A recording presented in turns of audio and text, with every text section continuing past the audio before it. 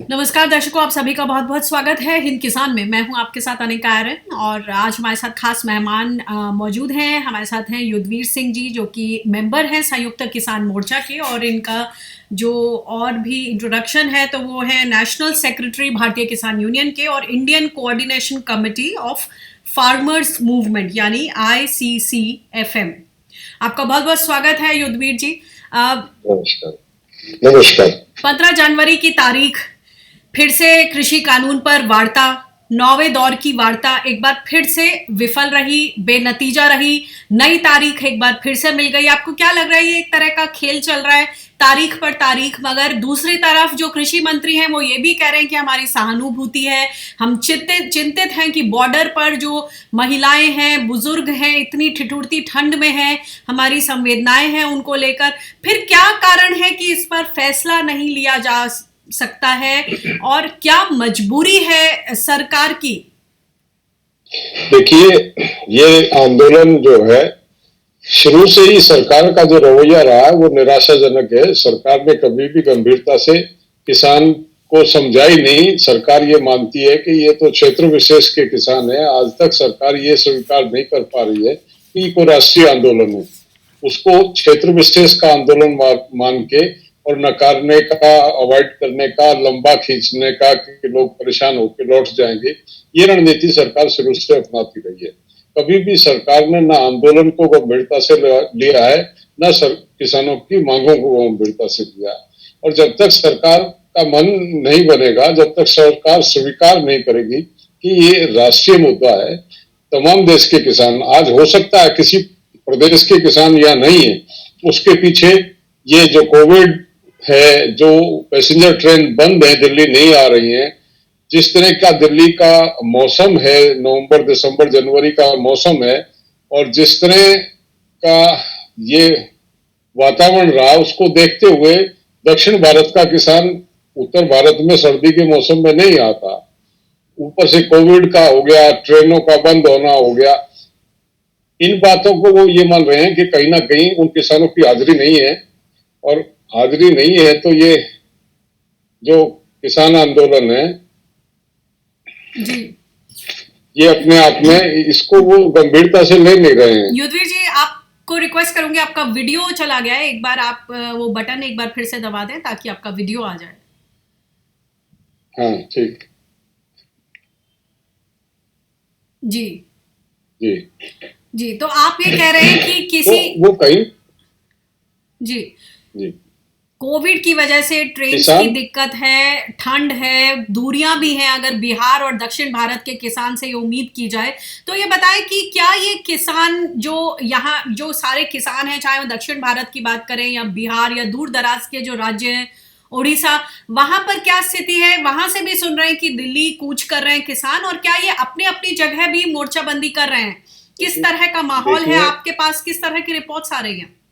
Report से मध्य प्रदेश के किसान पिछले 1.5 महीने से यहाँ पलवल के पास बैठे हुए हैं, उनको वहां रोक रखा है। ट्रैक्टर लेके मध्य प्रदेश से चल के आए थे। महाराष्ट्र के किसान जो नासिक से चल के आए, उनको शाहजहांपुर बॉर्डर पे रोका हुआ है।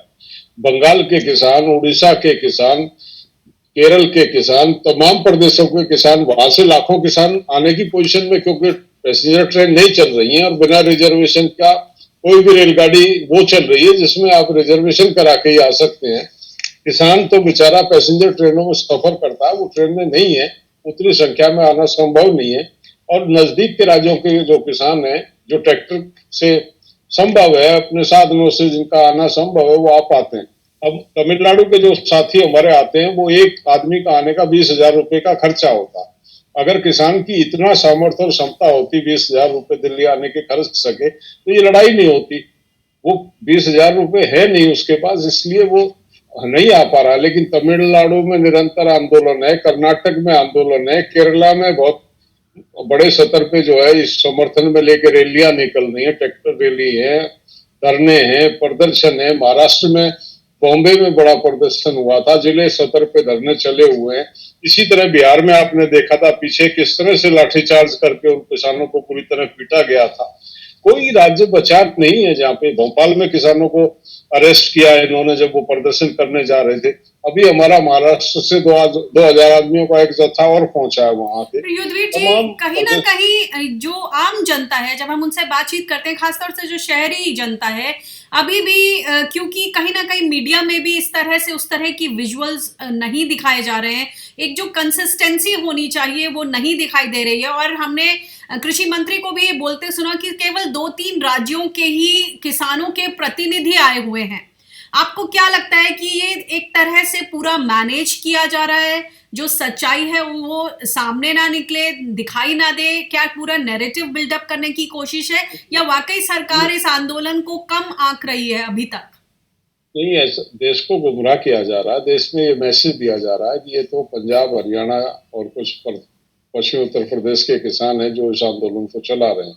ये सरासर आप कोई भी आदमी सरकार का नुमाइंदा चले, प्रेस के लोग चले मेरे साथ, मैं बॉर्डरों पे दिखाऊंगा कि महाराष्ट्र के लोग कहाँ बैठे हैं, मध्य प्रदेश के लोग कहाँ बैठे हैं, कर्नाटक के कहाँ हैं, तमाम राज्यों के किसान यहाँ बैठे हैं। ये बात ठीक है कि जितनी संख्या में हरियाणा, पंजाब और पश्चिमी उत्तर प्रदेश का किसान है, अन्य प्रदेशों का किसान उतनी संख्या में, इवन राजस्थान भी दूर पड़ जाता है। बाड़मेर से 600 किलोमीटर से आदमी कहाँ पहुंच पाएगा? वहां से 10, 20, 85 लोग आ पाते हैं, लाखों की संख्या वहां से नहीं निकल पाती है रिप्रेजेंटेशन सब जगह का। सरकार के नोटिस में भी ऐसा नहीं है सरकार की इंटेलिजेंस काम नहीं करती है। सरकार में हर जिले की रिपोर्ट सरकार के पास है, किस जिले से कितने व्यक्ति इस आंदोलन के लिए निकले हैं। लेकिन सरकार जानबूझ के देश में ये मैसेज देना चाहती है कि ये तो राज्य विशेष का आंदोलन है, देशव्यापी आंदोलन नहीं है। पूरे देश के किसानों का इस मुद्दे के साथ सहमति नहीं है। एक माहौल और वातावरण किसानों के, हमारे जो आंदोलनरत किसान है उनके खिलाफ तैयार करने की एक, जो किसान का अपनी सोची समझी एक रणनीति है, षड्यंत्र है। तो ये बताएं कि 15 जनवरी की जो बैठक है, जो वार्ता हुई 9वें राउंड की, उसमें आप भी मौजूद थे। किस तरह की बातें हुई? बताया जा रहा है, जो हम पढ़ रहे थे, जो खबरें आ रही थी, कि सरकार जो है एमएसपी पर कुछ भी कहने से लगातार बच रही है, और संयुक्त किसान मोर्चा का कहना था कि हम इस पर बातचीत करने के लिए दबाव बनाए, ऐसा सारे सदस्यों का मन है। इस पर बताएं कि सरकार का क्या रुख दिखा? देखिए, दो विषय हैं जिन पे चर्चा होनी शेष है। एक तो तीनों कानूनों को लेकर रिपील की हमारी मांग है, और दूसरा ये है कि एमएसपी को लीगलाइज किया जाए, कानूनी जामा पहनाया जाए, एमएसपी से कम पे खरीद ना हो। जब सरकार लगातार ये कहती रही और तीनों कानूनों पे वो गतिरोध बना रहा, सरकार भी उस पे बात रिपील के लिए तैयार नहीं थी, और किसान भी रिपील की मांग को लेकर निरंतर जितनी भी बैठक हुई है, ये एक ही विषय पे बात अटकती रही है। तो हमने कहा कि ये विषय हम आखिर में रख लेते हैं। हमारा जो एमएसपी का विषय, जो एक दूसरा विषय बचा हुआ है, 2 ही विषय बाकी हैं, ये हैं हमारे, एमएसपी पे बात कर लेते हैं। तो सरकार ने उसको टालने का प्रयास किया। सरकार ने कहा कि नहीं, पहले जो है तीनों कानूनों की बात सेटल कर लो। मैंने कहा सेटल कर लो, रिपील कर लो, होगी सेटल। उस पे जब नहीं बन रही है बात, तो ये एमएसपी की बात कर लो। लेकिन सरकार ने जानबूझ के उस पे बात करने का मन उनका था नहीं, उसको टाला उन्होंने, और आज उस पे बात नहीं की। जबकि हम आज तैयार होके गए थे। हमारी, क्योंकि जो मीटिंग हुई थी संयुक्त किसान मोर्चे की, उसमें हमने तय किया था कि ये बैठक 15 तारीख की बैठक पूरे तौर पे हम इस पे एमएसपी पे फोकस करेंगे। तो युद्धवीर जी, एक बात बताएं कि शुरू से, जब मुझे याद है जब 5 जून को जब ये कृषि कानून लाए गए थे, तब से इस तरह की बात हो रही थी। सारे कई तमाम कृषि एक्सपर्ट्स हैं, किसान नेता हैं, किसानों ने ये बात बोली कि अगर आप एक चौथा अध्यादेश ले आए, एमएसपी को कानूनी वैधता दे दें, बाध्यकारी बना दें, और अगर कोई एमएसपी ना दे तो उसे दंड का आप उसमें प्रोविजन कर दें, तो उस वक्त मुझे याद है कि सब लोग चाह रहे थे कि एक चौथा अध्यादेश आए। वो बात बनते बनते फिर इस स्थिति तक आ गई कि सभी किसान नेताओं ने, संयुक्त किसान मोर्चा के जो सदस्य हैं, सब ने बोला अब तो हमें ये चाहिए ही नहीं, हमें कोई संशोधन भी नहीं चाहिए। लेकिन अब जब बात हो रही है तो बोला जा रहा है कि अगर एमएसपी मान ले, इस पर बात बन जाए, तो शायद ये 3 कृषि कानून भी किसान एक्सेप्ट कर लें। आपका क्या कहना है, क्या राय है? देखिए, तीनों कानूनों में भी जिस तरह का प्रोविजन है, मैं एक तो अर्निका जी, इस देश में विडंबना बहुत है। ये जो लड़ाई है, ये केवल उत्पादक की नहीं है, ये उपभोक्ता की भी है। क्योंकि कृषि में अगर कोई भी चेंज आती है तो उसका सीधा असर आखिर में जाके उपभोक्ता उसका शिकार होगा। और ये जो जिस तरह से इन्होंने तीनों कानून कोरिलेटेड हैं, जानबूझ के मतलब इसमें बीच में ये दो जो कानून हैं, कॉन्ट्रैक्ट फार्मिंग और जो मंडी एक्ट में का नया कानून लेके आए हैं, बीच में जो अमेंडमेंट किया गया है जो एसेंशियल कमोडिटी एक्ट 1955 में, ये सब कोरिलेटेड चीजें हैं। एक पहले आप जमीन सौंपेंगे बड़े व्यापारियों को, फिर मंडी व्यवस्था उनके हाथ में जाएगी, फिर भंडारण की क्षमता जो है असीमित भंडारण वो कर सकते हैं।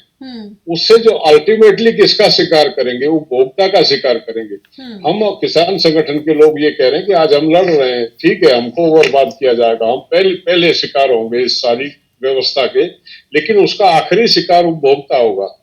हम जो लड़ाई लड़ रहे हैं उसमें उपभोक्ता को भी बचाने की लड़ाई है और हमारे अपने अस्तित्व को भी बचाने की लड़ाई है। तो इसमें हमारा जो एक थोड़ी विडंबना ये है, जो हमारा शहरी भाई जो हैं वो ये समझ रहे हैं कि ये किसानों की लड़ाई है, उनको ये नहीं पता है कि ये आखिरी तलवार आपके गले पे पड़ेगी जब हमारे खेतों से एक्सप्लोइट। आज क्या हो गया, अडानी आए, हिमाचल गए, सेब खरीदने शुरू किए, भंडारण बनाए वहां पे, और उन्होंने रेट जो है मार्केट रेट से 5 रुपए का भाव ज्यादा देना शुरू किया।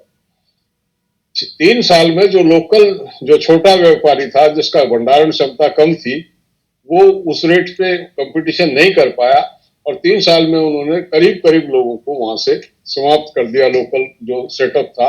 और उसके बाद वो 20 रुपए जो सेब खरीदना शुरू किया था उन्होंने, 14 रुपए जो लोकल व्यापारी खरीद रहे थे उनसे 6 रुपए ज्यादा में, जिस दिन वो सिस्टम खत्म हो गया आज वही 6 रुपए किलो सेब वहां खरीद रहे हैं। ये चोट किस तरह की जाती है, पैसे के बलबूते पे, इन्वेस्टमेंट के बलबूते पे। यही तमाम सिस्टम में होना, तमाम सिस्टम को कलेक्ट करके अल्टीमेटली इसकी तलवार उपभोक्ता पे पड़ेगी। तो इस देश का जो है ये जो विभाजन हो रहा है कंज्यूमर और उपभोक्ता के बीच में, उसका लाभ हमेशा मिडिल मैन ने उठाया। आज मेरी गोभी 1 रुपए किलो बिक रही है, आप उसी गोभी को 30 रुपए बाजार में खरीद रहे हैं, आपको सस्ती नहीं मिल रही है, मुझे लूटा जा रहा। मैं ये कह रहा हूं कि मुझसे आप अगर मुझे 10 रुपए दे देते हैं और उपभोक्ता को 20 में दे देते हैं तो मुझे भी 9 रुपए किलो का मतलब मेरा पूर्ति हो जाती है और उपभोक्ता का भी 10 रुपए घट जाता है। एसेंशियल कमोडिटी एक्ट 1955 में ये प्रावधान है, सरकार किसी भी वस्तु का मैक्सिमम और मिनिमम तय कर सकती है। आज तक जो है, आज तक सरकार ने अपने उस कानून के उस अधिकार का उपयोग नहीं किया, विशेष तौर पे मैक्सिमम पे तो किया ही नहीं, कभी कैपिंग नहीं की है। आज आप देखें जो दाल मैं बेच रहा हूं 35 रुपए किलो में, उस दाल को आप बाजार में 115 रुपए किलो में खरीद रहे हैं। क्यों आपने खुला छोड़ रखा है उस मिडिल मैन को, उस बीच की ट्रेडिंग को? आप उस पर कैपिंग करते क्यों नहीं जब कानून में प्रोविजन 70 साल आज उसको बने हुए, आप ये मान लें 45, 20, 65 साल हो गए उस कानून को बने हुए, किसी ने उसको इस देश के कंज्यूमर को सोचा नहीं है, ना प्रोड्यूसर को सोचा। सरकार का तो यही तर्क है कि हम किसानों को मिडिल मैन के बंधन से हमेशा के लिए मुक्त कर रहे हैं। उन्होंने जो उनका इतने सालों तक उत्पीड़न किया, हम उससे उन बेड़ियों से उनको मुक्त कर रहे हैं।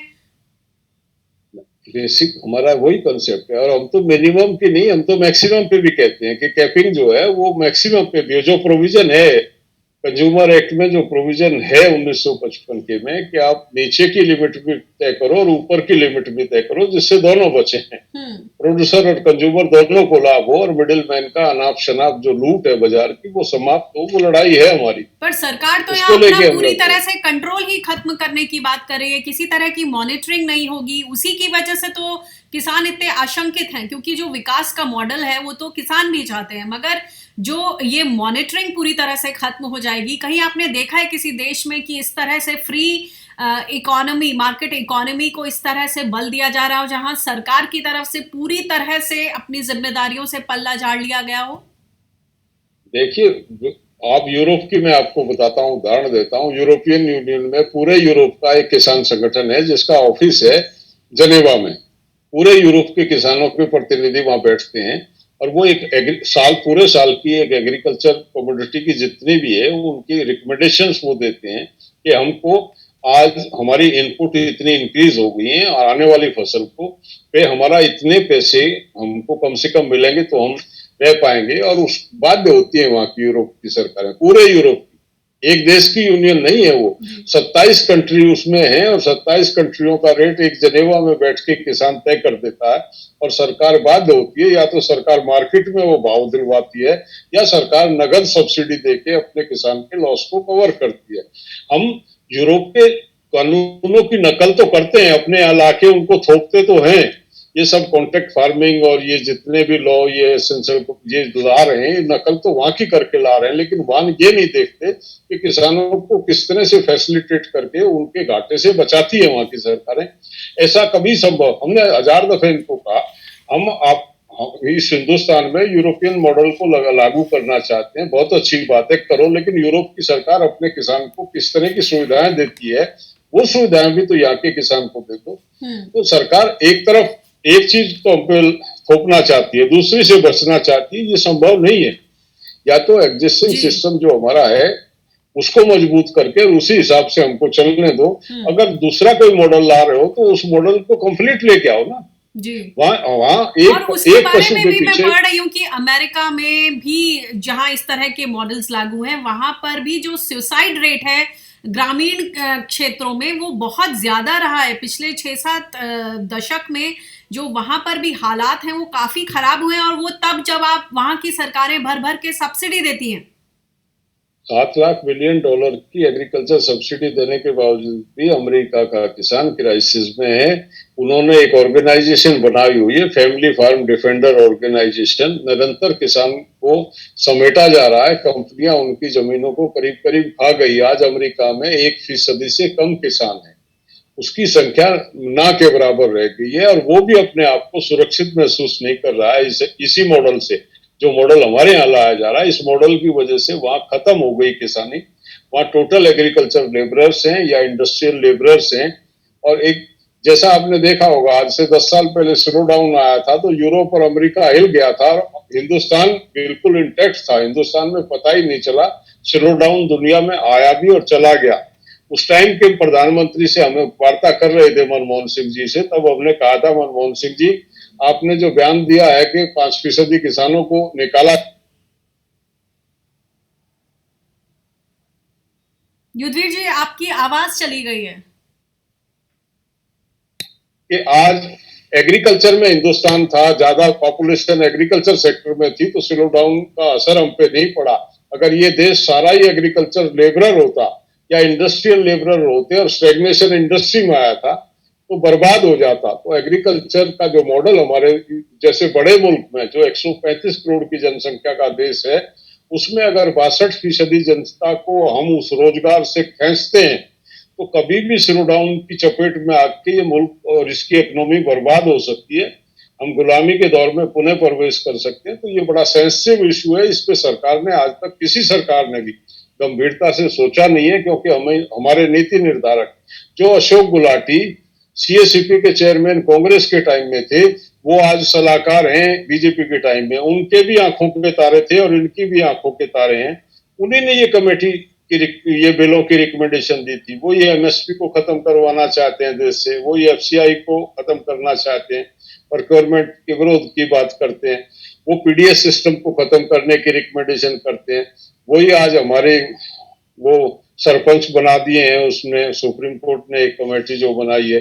तो इस तरह का ब्यूरोक्रेसी और इस काम करने का तरीका। युद्धवीर जी, ये बताएं कि जो अब ये कमेटी है, सारे किसान संयुक्त किसान मोर्चा के जो सदस्य हैं सबने ये डिसीजन लिया है कि हम कमेटी के जरिए कुछ मामला सुलझाना नहीं चाहते हैं, ये मान्य नहीं है हमको, हमारी लड़ाई सरकार से है। उन्होंने ये कानून पारित किए और हम चाहते हैं कि संसद का स्पेशल सेशन बुलाया जाए और उसके जरिए इन कानून को रद्द किया जाए।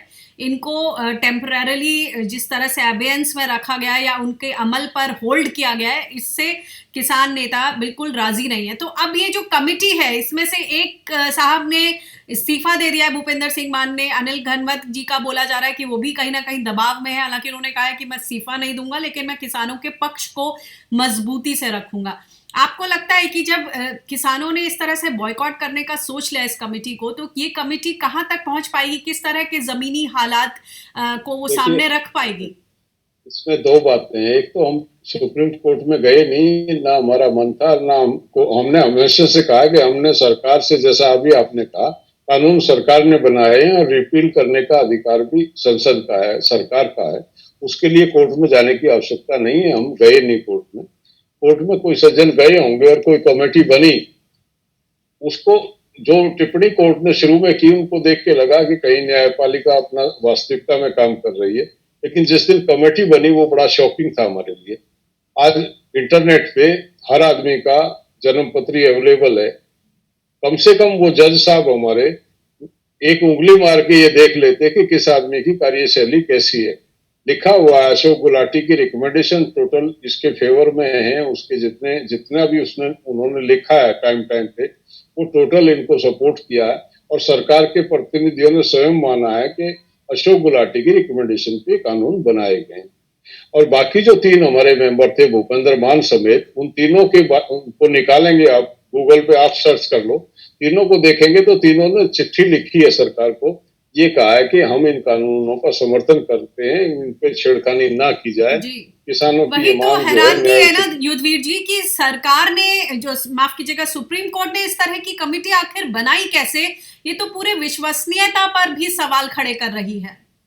ये तो पर्सन देखिए, मैं कह रहा हूं ना कि जिस सुप्रीम कोर्ट को हम ये कह रहे थे कि उसने न्याय को जिंदा रखा है, इस कमेटी को देख के तो इतना शॉकिंग था हमारे लिए कि वो चार आदमी जो हमारे बिल्कुल पूर्ण रूप से इस कानून को बनाने वाला व्यक्ति, इस कानून को समर्थन करने वाले तीन व्यक्ति, उनको हमारे हमारे लिए न्याय करने का आदेश दे रहा सुप्रीम कोर्ट। तो ये मजाक है देश के किसान के साथ।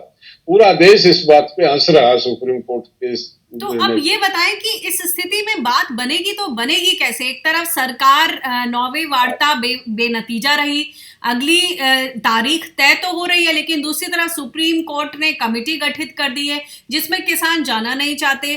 तो किस तरह का फैसला लेगी ये कमेटी?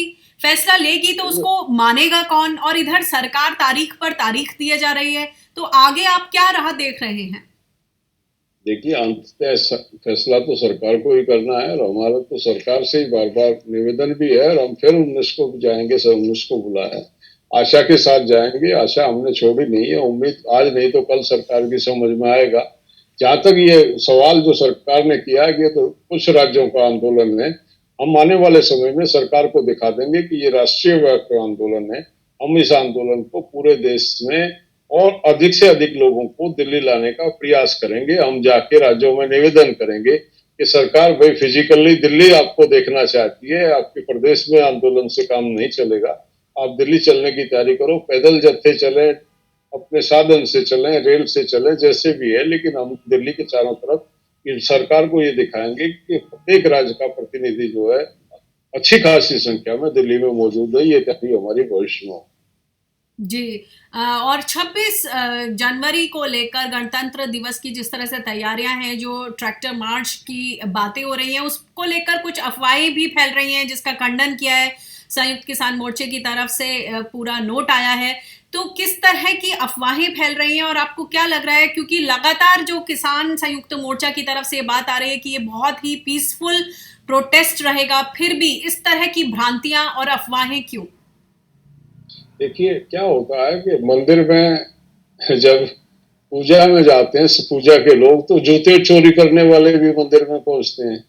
आइडेंटिफाई तो आप कर ही नहीं सकते। ऐसे हो सकता है कुछ ऐसे तत्व भी भीड़ में शामिल होते हैं। लेकिन किसान मोर्चे का जो आज आप 51वां दिन है, आपने देखा होगा जिस शांतिपूर्ण तरीके से, जिस खूबसूरती से ये आंदोलन चल रहा। जी। आप जाएं, कभी फिजिकली जाएं, सिंगू बॉर्डर पे जाएं, टिकरी जाएं या उसमें जाएं, वहां बहुत लोग रह रहे हैं, मकान है, फैक्ट्रियां चलती हैं, दुकानें हैं। किसी से बात करें कि आपको इनसे कोई तकलीफ हुई क्या उन दिन में, एक आदमी आपको ऐसा नहीं मिलेगा जो ये कहेगा कि इन लोगों से कष्ट है। इस बात बल्कि में तो कोई आपको शक हमदर्द। नहीं है कि ये खाली किसानों का आंदोलन न बनकर एक पूरा जन आंदोलन बन गया है। पूरी भीड़ उमड़ी हुई है और ये प्रदर्शन दिन ब दिन तीखा होता जा रहा है। जो मैं ये नोट आया है वो भी पढ़ूं कि किसान दिल्ली चलो यात्रा 15 जनवरी को ओडिशा से शुरू हो गई है। 7 दिन में ओडिशा से पश्चिम बंगाल, झारखंड, बिहार, उत्तर प्रदेश होते हुए दिल्ली बॉर्डर पर बैठे किसानों के पास 21 तारीख तक पहुंचेगी। इसके अलावा और भी तमाम जगहों से लोग आ रहे हैं। और सुप्रीम कोर्ट की जो महिला जी पूना से मशाल लेके चले हैं लोग। 26 तारीख को वो दिल्ली मशाल पहुंचेगी। वो पैदल पूना से चले हुए हैं, गुजरात में प्रवेश कर गए और वो आ रहे हैं दिल्ली। तो हर राज्य से इस तरह लोग आ रहे हैं। अब सरकार को नहीं दिख रहा है, ये तो नहीं हो सकता कि उसकी एजेंसी नहीं बता रही हो। सरकार जो है देखना नहीं चाह रही है। जी, बहुत बहुत शुक्रिया युद्धवीर जी हमारे साथ जुड़ने के लिए और ये तमाम बातें साझा करने के लिए। और हम उम्मीद करते हैं कि जो अगली जो डेट है 19 जनवरी की, उसमें कोई ना कोई अंतिम या निर्णायक फैसला लिया जा सके। हालांकि अभी हमने भारतीय किसान यूनियन के जो राकेश टिकैत जी उनको कहते सुना कि ये तो बजट के आसपास मामला जाके सुलझेगा। विपक्ष बाहर, विपक्ष अंदर हंगामा कर रहा होगा और हम लोग बाहर हंगामा कर रहे होंगे। निश्चित तौर पे हमारा भी ये सोचना है कि सरकार, क्योंकि हाउस चलेगा तो हाउस में दूध का दूध पानी का पानी हो जाएगा। विपक्ष जो आज बाहर से बोल रहा है, अगर वास्तविकता में हमदर्दी होगी तो निश्चित तौर पे अंदर कुछ ना कुछ हमारी वकालत वो करेंगे। और अगर घड़ियाली आंसू होंगे तो उनका खुला। आपकी आवाज चली गई।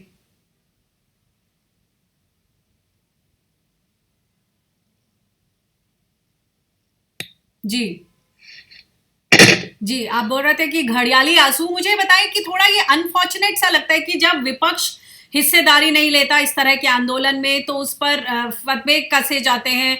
या हमने सुना कृषि मंत्री को कि राहुल गांधी का उन्होंने एक तरह से उपहास किया कि जो राहुल गांधी करते हैं कृत्य और जो भी वो बोलते हैं उस पर उनकी अपनी पार्टी उपहास करती है।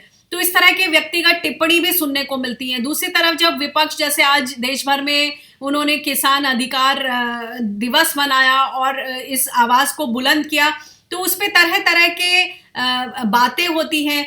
तो इसमें क्या तरीका है? हमारे देश की राजनीति आखिर इस मोड़ पर कैसे पहुंच गई कि जहां जब विपक्ष आवाज उठाता है तो उसकी आवाज को दबाने के लिए सभी तरह की टिप्पणियां कर दी जाती हैं। अगर वो नहीं करता है तो उस पर बोला जाता है। तो इसमें किस तरह की स्थिति बनती नजर आ रही है? मैं आपको बताऊं, हमने सरकार में कहा ये दोनों कानून कांग्रेस के टाइम में बनाए गए थे, मंडी एक्ट और वो जो कॉन्ट्रैक्ट फार्मिंग का है। और उस टाइम पे सुषमा स्वराज जी नेता प्रतिपक्ष थी लोकसभा में और अरुण जेटली राज्यसभा में। दोनों ने इन कानूनों का पुरजोर विरोध किया था और बीजेपी के तमाम सदस्यों ने बड़ी मेजें थपथपाई थी उनके भाषण के बाद। और पूरा उन्होंने ये कहा था कि मंडी कानून से छेड़खानी इस देश की व्यवस्था को, ये सेटअप है एग्रीकल्चर का, भंग कर देगी। आड़ती तो किसान का एटीएम है, क्रेडिट कार्ड है, जब चाहे पैसे निकाल लेता है। फिर ये यूटर्न कैसे? वैचारिक यूटर्न? आपकी बात का जवाब दे रहा हूँ। इनकी कथनी और करनी में ये जब विपक्ष में थे तो अरुण जेटली ने ये कहा था कि यूरोप और अमेरिका को बर्बाद कर दिया कॉन्ट्रैक्ट फार्मिंग ने। इस देश में कॉन्ट्रैक्ट फार्मिंग आई तो ये देश बर्बाद हो जाएगा। रिकॉर्डेड है, आपने भी देखा होगा, सबके पास है वो। तो वो स्टैंड लेने वाली पार्टी, ये प्रधानमंत्री जी जब मुख्यमंत्री थे 2011 में, इन्होंने कहा था कि एमएसपी को कानूनी जामा पहना देना चाहिए। तो मतलब किस पे विश्वास करोगे? ये बाहर कुछ बोलते हैं, अंदर आके जब ताकत आती है तो कुछ बोलते हैं। विपक्ष से हम इसलिए उम्मीद कर रहे हैं कि वो सड़कों पे जरूर ये बातें कह रहे हैं, लेकिन उनका राइट प्लेटफॉर्म है हाउस के अंदर। जिस हाउस में वो इलेक्टेड होके जाते हैं वो पॉलिटिशियंस का एकदम प्रॉपर प्लेटफॉर्म है। उस पे हम उनकी आवाज सुनना चाहते हैं कि वो उस अंदर जाके, बाहर तो हम हैं, हमने अपने मंच जो है किसी के लिए खुले नहीं छोड़ रखे हैं कोई पॉलिटिकल पार्टी आके हमें। क्योंकि आपको पता है कि जैसे कोई पॉलिटिकल पार्टी नजदीक आती है तो ये एकदम सत्ता पक्ष वाले चिल्लाते हैं कि ये तो राजनीति से मोटिवेटेड है। अब भी कह रहे हैं हम नहीं आने दे रहे, तब भी इस तरह के आरोप हम पे लग चुके हैं। हम अपने आप को बचाए हुए हैं, लेकिन हाँ अपेक्षा करेंगे तमाम विपक्ष, पार्टी विशेष नहीं, तमाम विपक्ष अंदर जाके हमारी इस मुद्दे को लेके हमारी वकालत करे अंदर और सरकार को बाध्य करे। वो एक प्लेटफॉर्म है जिसपे वो उस आवाज को उठा भी सकते हैं और सत्तारूढ़ पार्टी को बाध्य कर सकते हैं। तो हम देखना चाह रहे हैं। बहुत बहुत शुक्रिया युद्धवीर जी हमसे जुड़ने के लिए। तो देखना होगा कि इस लोकतांत्रिक व्यवस्था में आखिर जो लोगों की ताकत है वो कितनी बड़ी है और कितनी बाकी बची है। बहुत बहुत शुक्रिया हमसे जुड़ने के लिए। नमस्कार।